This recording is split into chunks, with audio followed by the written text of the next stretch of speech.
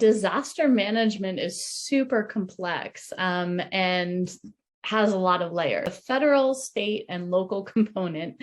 So at the federal level, first the president has to declare a disaster before any federal relief or recovery funding will become available, and before the Federal Emergency Management Agency, or FEMA, will step in.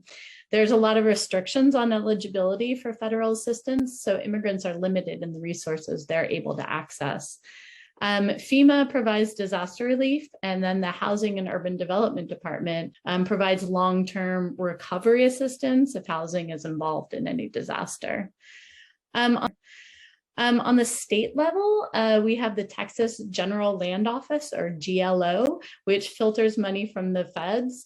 But large municipalities like Harris County and City of Houston often get some money directly, bypassing state processes and creating their own. The Texas Department of State Health Services by region does some planning and collaboration building.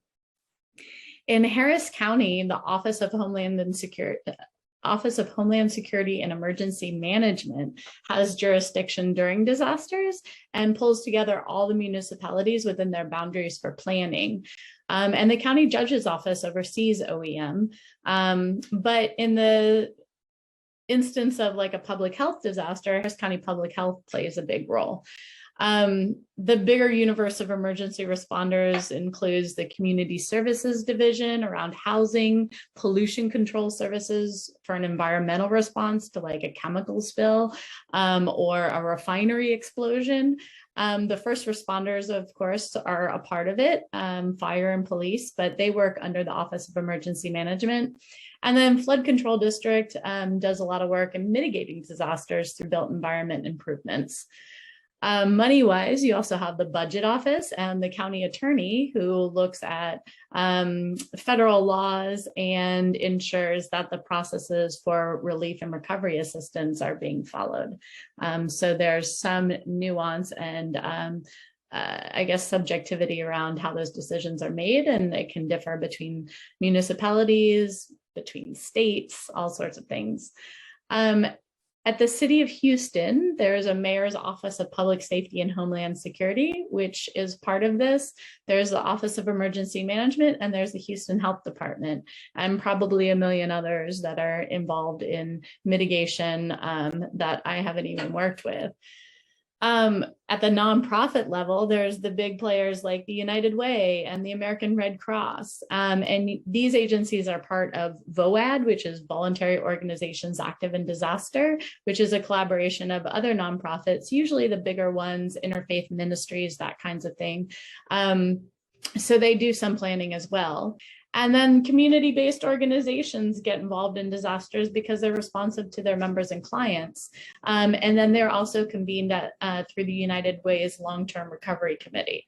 So there's lots of different areas that this is happening.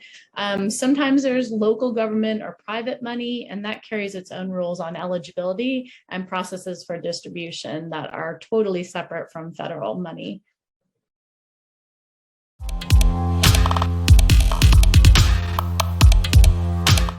Who gets involved in any given disaster depends on the nature of the disaster. So enormous natural disaster like Hurricane Harvey, I mean, that's when HILSC even became a disaster responder. It was really all hands on deck.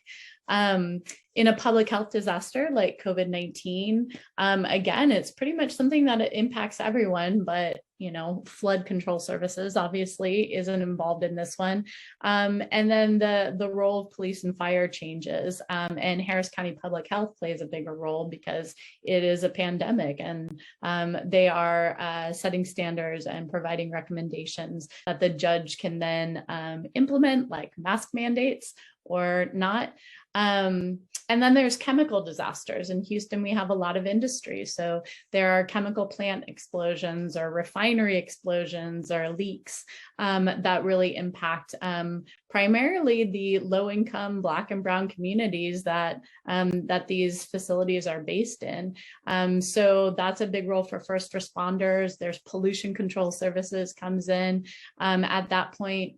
But whenever a disaster I guess earns, I don't know is the right word, relief and recovery money, the money pretty much flows the same, depending on whether it's federal money, local government money, nonprofit money.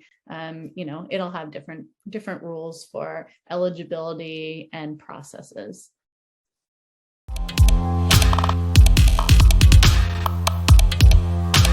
Equity needs to be built into programs, policies, processes from the very start. It will never just happen as a byproduct of a program. Systemic inequity isn't limited to disasters, but disasters amplify those existing inequities and vulnerabilities. In fact, there have been studies that have shown that the more FEMA aid an area receives after a disaster, the more wealth inequities between rich and poor grow. So there's clearly problems with the system. That's just one example. Currently, a lot of disaster equity responsibility falls on community-based organizations because they are there to serve their clients who are always vulnerable in one way or another in terms of time and financial resources, other resources, but some do get funds directly from foundations or other places to provide assistance to their clients and members during disasters. Really, the decision-making is made at the top with government at all levels, again, whether it be federal, state, or local. So their planning needs to be human-centered and needs to center equity. Departments need to hire people who are fully reflective of the population they're serving so that these people can be there during planning to identify gaps and barriers to services and also develop effective ways to fill those gaps. We need to make sure that there's access to information, especially during a disaster when the situation is continually changing, but the actionable information is really urgent. Do I evacuate? Do I stay here? Do I hunker down and not move? But in Harris County, where we speak over 140 languages, it's still difficult to find any information beyond English and Spanish that is in real time. So that really needs to be addressed. Our local government's getting better at planning for equity. We've really started a lot of these processes since Harvey. Harris County OEMs pulling together a group of nonprofit organizations to ensure better reach across populations from the start, from planning. But they and the city of Houston need to really have better coordination, both between departments and across municipalities. The entire city of Houston is located within Harris County, but sometimes they're not working together on messaging. And so it can cause confusion and people don't really know what to do. And so they stop listening altogether and just do the best they can. So that collaboration is really, really essential. Nonprofits are also evolving their systems, and HILSC has been able to help identify barriers to access for immigrants, which apply to other vulnerable populations too. And these have been addressed through processes to distribute relief and recovery funds, like expanding eligibility, changing the types of documents required to prove eligibility, and distributing funds through over 30 community-based organizations rather than through one large nonprofit to ensure that we expand the reach and diversity of folks who actually receive assistance. So this has been proven, all these strategies have been proven to reach a more diverse population of Harris County.